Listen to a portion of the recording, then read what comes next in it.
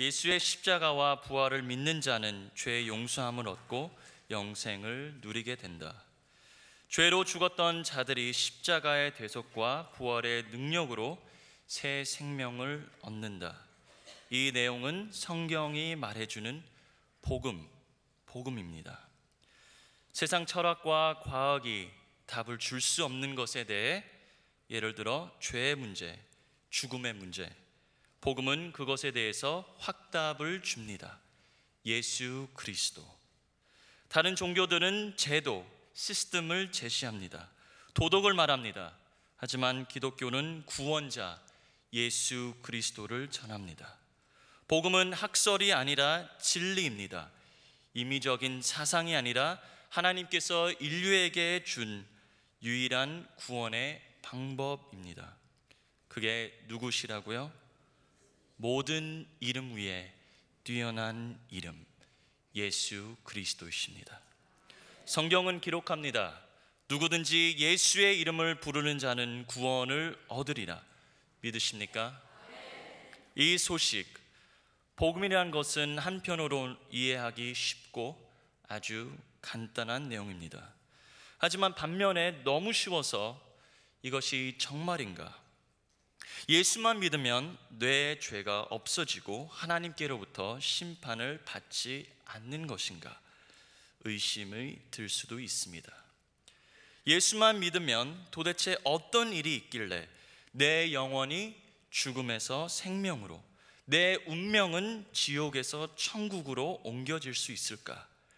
영혼의 문제, 타락의 문제, 죄의 문제, 영생에 관한 문제에 대해서 말을 하고 있는데 믿으면 된다? 너무 쉬운 것이 아닌가? 그래서 성경은 이것을 잘 설명하기 위해 아주 적합한 비유를 사용해서 신자들에게 이해시켜 줍니다. 그 비유는 삶, 생명, life라는 비유를 사용하고 있습니다. 삶의 비유를 통해 죄인이 예수 그리스도를 믿을 때 도대체 무슨 일이 일어나는지 설명하고 있습니다. 설명을 드리겠습니다. 삶이란 언제부터 시작이 됩니까? 탄생으로부터 시작이 됩니다. 물론 여인의 자궁에서 태아도 생명이 있지만 출생할 때 인생이 비로소 시작이 된다라고 합니다. 마찬가지로 사람이 죄를 고백하고 예수를 영접할 때 그 영혼이 죽음에서 살아납니다. 생명을 얻습니다. 탄생을 합니다. 그것을 설명하는데 신학적인 용어가 있습니다. 성경에. 그 용어는 거듭남입니다. 다시 태어난다라는 말이죠.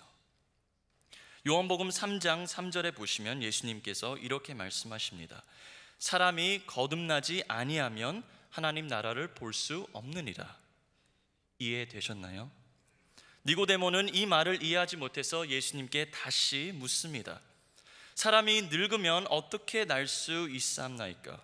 두 번째 모태에 들어갔다가 날 수 있사옵나이까? 이 질문에 예수님께서 이렇게 대답하십니다. 사람이 물과 성령으로 나지 아니하면 하나님의 나라에 들어갈 수 없느니라. 다시 말해서 사람이 예수님을 영접할 때 예수님과 함께 연합하여 십자가에서 죽고 부활을 함께 합니다. 즉 다시 출생한다는 말입니다. 고린도후서 5장 17절에 이렇게 기록되어 있죠. 그런즉 누구든지 그리스도 안에 있으면 새로운 피조물이라. 그래서 우리가 신자가 될 때 처음 하는 관례가 있죠. 세례라는 관례를 합니다. 세례를 받는 사람은 물에 들어갔다가 나오는 것이 나는 그리스도와 함께 죽고 살았다는 것을 상징한 것입니다. 정리하자면 사람은 말씀, 즉 복음을 듣고 예수를 영접할 때 그와 함께 죽고 다시 새로운 피조물로 거듭납니다. 그리고 사람이 자기가 태어난 것에 아무런 결정권이 없는 것처럼 믿는 자도 오직 성령이 말씀으로 역사하실 때에만 거듭날 수 있습니다. 오직 하나님의 주권이며 은혜입니다. 여러분들 구원에 대해서 조금 더 이해가 되셨는지요? 탄생이란 비유로 설명하면 우리는 구원에 대해서 조금 더 이해할 수 있습니다. 하지만 이 비유는 여기에서만 끝나진 않습니다.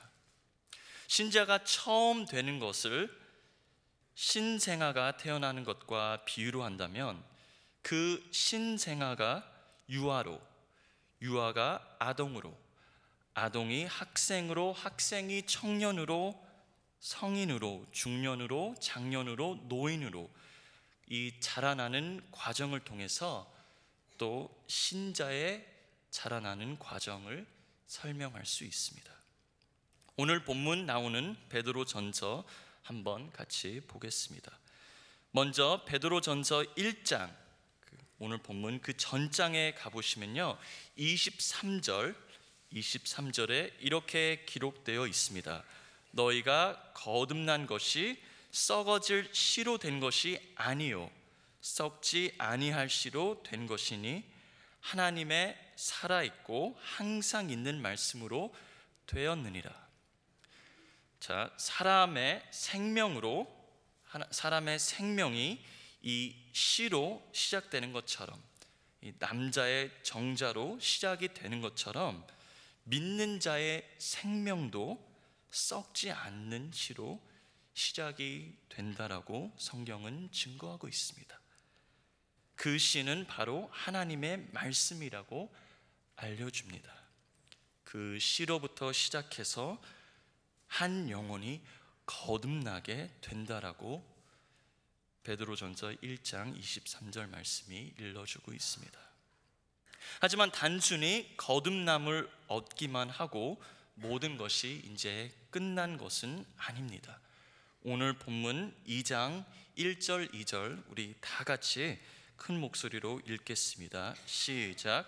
그러므로 모든 악독과 모든 괴율과 외식과 시기와 모든 비방하는 말 버리고 순전하고 신령한 젖을 사모하라.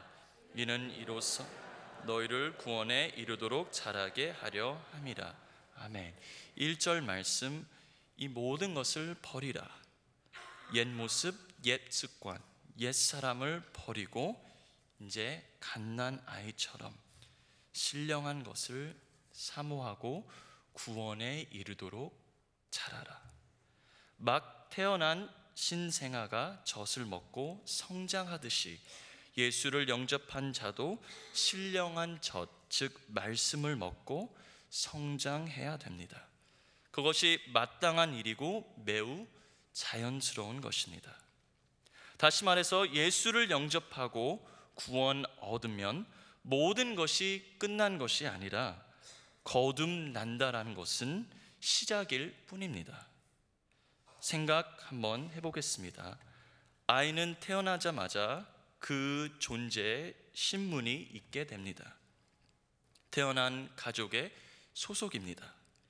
김가에서 태어나면 김씨, 이가에서 태어나면 이씨, 박가에서 태어나면 박씨. 저를 예를 들자면 저는 한양 조씨 집안에서 태어났습니다. 그러면 한양 조씨. 이렇게 누군가의 아들, 딸, 동생, 조카로 태어납니다. 하지만 신분이 확정이 되었다고 해서 모든 것이 끝난 것은 절대 아닙니다.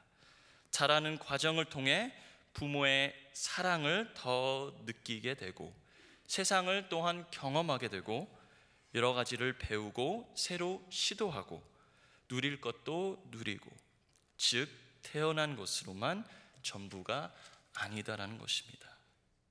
여러분들 가족 중에 아이가 탄생한 경험이 있으실 텐데 한번 생각해 보시길 바랍니다.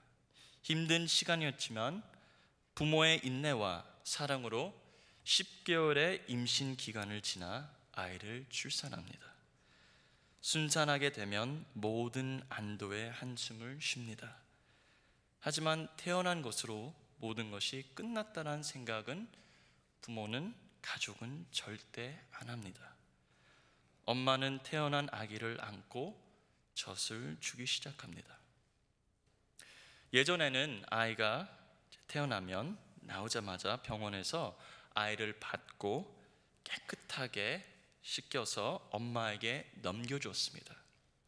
하지만 요즘은 그 아이가 나오자마자 간호사는 그 아이를 받고 아빠가 탯줄을 자르고 엄마 품으로 바로 넘겨줍니다. 그 아이는 엄마 뱃속에 있을 때 들었던 익숙한 심장 소리를 들으면서 따뜻한 온기를 느끼고 안정을 되찾습니다. 아이는 그 사랑의 품에서 안정감을 주는 엄마의 젖을 사모합니다. 그리고 그 젖을 먹으면서 자연스럽게 그 아이는 자라게 됩니다. 이와 같이 예수를 영접한 자들은 말씀을 사모하고 말씀을 먹고 구원에 이르도록 자라야 되는 것입니다. 그냥 명목이 없어서 하나님을 아버지로 부르는 것은 절대 아닙니다. 우리는 예수를 영접함으로써 하나님의 자녀가 되었고 천국 시민이 되었습니다. 이것이 우리의 신분입니다. 그리고 더 나아가서 아이가 먹고 자라듯이 믿는 자들도 말씀을 먹고 신앙에서 자라야 되는 것입니다. 하지만 솔직히 한번 생각해 보세요. 아이가 먹고 자란 것은 매우 당연하지만 자연스럽고 꼭 필요한 것으로 생각이 들지만 신앙이 자라는 것에 대해서 우리는 다르게 생각을 합니다. 왜 그럴까요? 믿는 자도 하나님 아버지 예수 그리스도를 더 알아가고 그분의 사랑을 더 체험하고 그분과의 관계 속에서 자라는 것이 매우 당연한 것인데 믿는 자들은 그렇게 생각하진 않습니다. 성도가 자라야 되는데 그러지 못한 모습을 보는 성경 저자들은 교회를 책망합니다. 예를 들어 히브리서 저자가 이렇게 교회에게 말을 합니다. 히브리서 5장 11절에 보면 이렇게 기록하죠.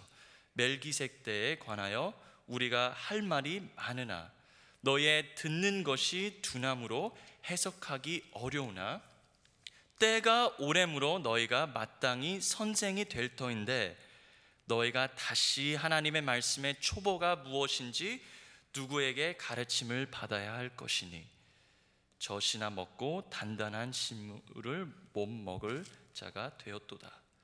그러면서 어린 아이다 라고 부릅니다. 자, 베드로는 구원 받은 지 얼마 안 된 성도에게 젖을 사모하라고 말을 해주고 있고 히브리서에는 이 대상들은 이제 성장을 할 때가 되었는데 아직 어린 아이의 모습으로 있는 것입니다. 그래서 그 저자는 그것을 보고 책망합니다. 바울도 이런 답답한 마음을 고린도 교회에게 표현합니다. 고린도전서 3장에 보시면 바울이 이렇게 기록하죠. 형제들아 내가 신령한 자들을 대함과 같이 너희에게 말할 수 없어서 육신에 속한 자 곧 그리스도 안에 어린 아이들을 대함과 같이 하노라.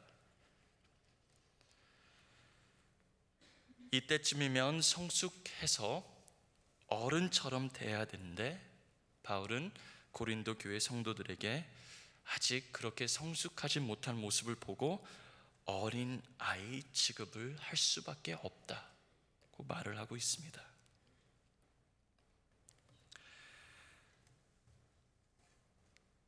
자랄 때가 되었는데 아직 아기의 모습에서 성장하지 못하고 있는 성도들을 보면서 1세기 성경 저자들, 목회자들은 안타까운 마음을 표현합니다.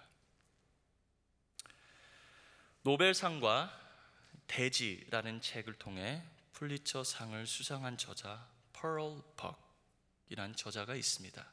혹시 들어보셨는지요? 펄 벅, 진주라고 부르겠습니다. 이 진주는 1950년도에 자라지 않는 아이라는 제목으로 책을 출판했습니다. The Child Who Never Grew. 이 책은 실화였고 그 저자의 딸의 이야기였습니다. 정신지체 아이를 키우면서 겪었던 어려움들, 두려움들 대해 부모의 모든 심정들을 조목조목 공개했고 그것이 공인으로서는 처음이었습니다. 이런 유명한 저자가 이런 아이가 있었다는 것을 공개했고 사람들은 그것을 보고 많이 놀랐습니다. 1920년 책의 내용인데요. 1920년에 진주의 딸인 캐롤이 태어났습니다. 건강하게 이쁘게 태어난 아이는 부모에게 큰 기쁨이자 감사의 제목이었습니다. 잘 자라서 어느덧 3살이 되었는데 말을 못하는 것입니다. 하지만 이것에 대해 엄마인 진주는 걱정하진 않았습니다. 단지 말을 못했을 뿐 그 아이는 매우 활동적이었고 그 나이에 맞는 사회성도 가지고 있었습니다. 시간이 더 지나도 아이가 말을 못하는 것을 보고 엄마는 걱정하기 시작했습니다. 하지만 주위 친구들이 아주 좋은 마음으로 모든 아이들의 성장 속도가 다를 것일 뿐이다 라는 위로의 말로 그에게 전해줬습니다. 그때 당시 진주는 일 때문에 중국에 살고 있었고 진주의 부모님들은 중국에서 선교사로 섬기는 분들이었습니다. 그래, 내 딸은 집에서 영어를 듣고 밖에서 중국말을 듣기 때문에 아직 말이 안 트이는 걸까? 이런 생각으로 별 대수롭지 않게 여겼습니다. 하지만 그녀의 딸이 4살이 되었을 때 중국을 방문한 미국 소아과 의사로부터 취약 전 아동에 대한 강의를 듣고 딸이 이상이 있다는 것을 깨달았습니다. 그때부터 이 병원 저 병원 다니면서 여러 의사들을 만나게 되었습니다. 결국에는 중국에서 하던 일을 접고 미국에 다시 들어와 전문가들로부터 상담을 받기 시작했습니다. 얼마 안 지나고서 그 딸이 중도 정신지체인 것을 알게 되었고 치료할 방법이 없었다는 것을 알게 되었습니다. 진주는 이 사실을 알고 상심했습니다. 자기는 살아오면서 항상 건강했고 남들보다 똑똑했고 배우는 속도도 빨랐습니다. 그런데 왜 내 아이는 정신적으로 성장하지 않을까? 그러다가 진주는 그 아이의 미래를 걱정하기 시작했습니다. 내가 죽으면 누가 내 딸을 보살필 것인가? 내 딸이 누군가에게 보살핌을 받고 안전한 상황에서 살아나갈 보장이 있을까? 이런 생각에 진주는 딸을 맡길 기관을 찾아보기 시작했습니다. 그리고선 그 딸이 9살이 되었을 때 정신요양원에 들여보냈습니다. 저자는 참 갈등을 많이 했습니다. 엄마로서 딸을 돌보고 같이 사는 것이 마땅하지 않는가? 하지만 내가 죽고 나서 누가 보살필 것인가? 결코 딸의 안전과 행복을 위해 정신요양원에 보내기로 선택했습니다. 그리고 많은 사람들이 예상하기로는 진주는 이 이유로 책을 쓰기 시작했다라고 합니다. 딸을 먹여 살리기 위해서. 진주는 정신요양원의 근처로 이사를 갔고 자주 방문하면서 딸이랑 시간을 보냈습니다. 저자가 책을 쓸 때 그때 당시 딸이 정확히 몇 살인지 기록을 하고 있진 않지만 이런 말을 합니다. 딸이 결혼하고 자녀를 가질 나이가 되었다. 존재하지 않는 내 손자. In years she is old enough now to have been married and to have children of her own, my grandchildren, who will never be.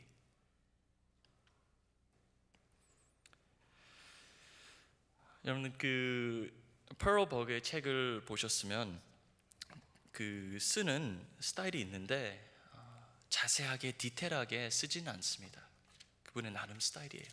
좀 크게 넓게 그런 이제 쓰는 스타일이 있는데 그런 가운데서도 이 책을 보시면 그 엄마의 마음, 그 아픈 심정 느낄 수 있습니다. 책의 내용 가운데 항상 이 질문을 하고 있죠. 왜 내 아이는 정신적으로 성장하지 않는가? 사랑하는 성도 여러분, 자기 아이가 정신적으로 자라지 않는 것을 보면서 부모는 어떤 마음과 심정을 가질까요? 이 자리에 계신 부모님들은 아마 여러 생각들을 다 해보셨을 것입니다. 아이를 키우면서 내 아이가 육신적으로나 정신적으로 성장하지 않으면 나는 어떻게 하지? 하지만 이것이 신앙적으로는 현실이고 오늘날 교회 가운데 너무 흔한 일입니다. 20년, 30년, 40년 신앙생활을 했는데 성장하지 않고 아직도 갓난 아이처럼 젖을 먹고 있습니다. 여러분들 부모의 마음은 어떠세요? 부모의 마음은 자녀가 조금만 잘해도 기립박수치고 우리 아이는 정말 천재다, 역시 보통 아이는 아니다, 아니 그것보다 더한 칭찬도 해줄 수 있을 만큼 기뻐하면서 자랑스러워합니다. 하지만 조금이라도 내 자녀가 아프거나 이상이 있으면 반대로 엄청 걱정을 합니다. 이것이 바로 부모의 마음이 아닙니까?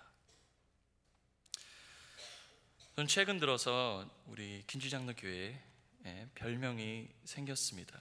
우리 많은 어르신들이 저를 보면서 애기 목사라고 부릅니다. 밖에서는 아저씨라고 하는데 교회에서는 애기라고 합니다. 참 감사한 것이죠. 근데 이 애기 목사가 이제 두 애기가 있습니다. 애기가 애기를 낳습니다.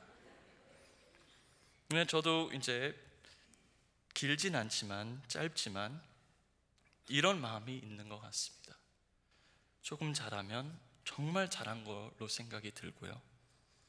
조금 아프거나 이상이 있으면 큰 걱정을 하게 됩니다. 아기가 성장하지 않으면 진주처럼 부모는 이 병원 저 병원, 이 의사 저 의사 만나보면서 혹 자기 모든 재산이 든다라고 할지라도 내 아이가 정상적으로만 자랄 수 있다면 다 주고 치료합니다. 어떻게든지 내 자녀가 건강하게 자라는 것을 바라는 부모의 간절한 마음, 이것이 오늘날 목회자들의 마음이 아닌지, 그리고 무엇보다 우리 하나님 아버지의 마음이 아닌지 생각이 듭니다. 아니면 철이 아직 안 들어서 나이에 맞지 않게 유치하게 어리석게 미련하게 행동하고 생각하는 자녀를 보는 부모의 그 답답한 마음, 나이가 이쯤 되면 이렇게 생각할 줄도 알고 이렇게 살아야 되는데 아직도 옛 습관들을 버리지 못하고 똑같은 것으로 넘어지고, 그런 자녀를 보는 부모의 안타까운 마음, 우리 하나님의 마음이 아닌가 생각이 듭니다. 여러분들은 어떻습니까? 신앙 나이에 맞게 계속 성장하며 예수 그리스도를 닮아가고 있습니까? 성령의 열매들을 맺어가고 계십니까? 배움과 성장의 열정이 있으십니까? 아니면 몇 년 동안 제자리 걸음하고 계십니까? 사랑하는 성도 여러분, 간절히 부탁드립니다. 이 썩지 않는 씨를 받았다면 하나님의 말씀으로 거듭났다면, 주의 인자하심을 맛을 보았다면 계속 신령한 것을 사모하여 말씀을 받고 또 음식을 소화하듯이 그 받은 말씀을 삶 가운데 적용하시고 그 말씀대로 사시길 부탁드립니다. 만약 말씀만 듣고 적용하지 않는다면, 순종하지 않는다면 대식하는 것과 같습니다. 음식을 먹고 다시 토해낸 것과 같습니다. 사랑하는 성도 여러분, 힘써 여호와를 알아가시길 부탁드립니다. 성도의 성장은 선택이 아닙니다. 의무입니다. 여러분들 삶을 돌아보시고 신앙을 돌아보시고 내가 말씀으로 계속 자라고 있는가? 이 말씀을 내가 받고 소화하면서 건강한 모습으로 자라가고 있는 것인가? 아니면 나이를 거꾸로 먹고 있는가? 제자리에 있는 것인가? 깊이 한번 생각하시면서 하나님께로 나아가는 귀한 시간 되시길 주의 이름으로 축원합니다. 기도하겠습니다.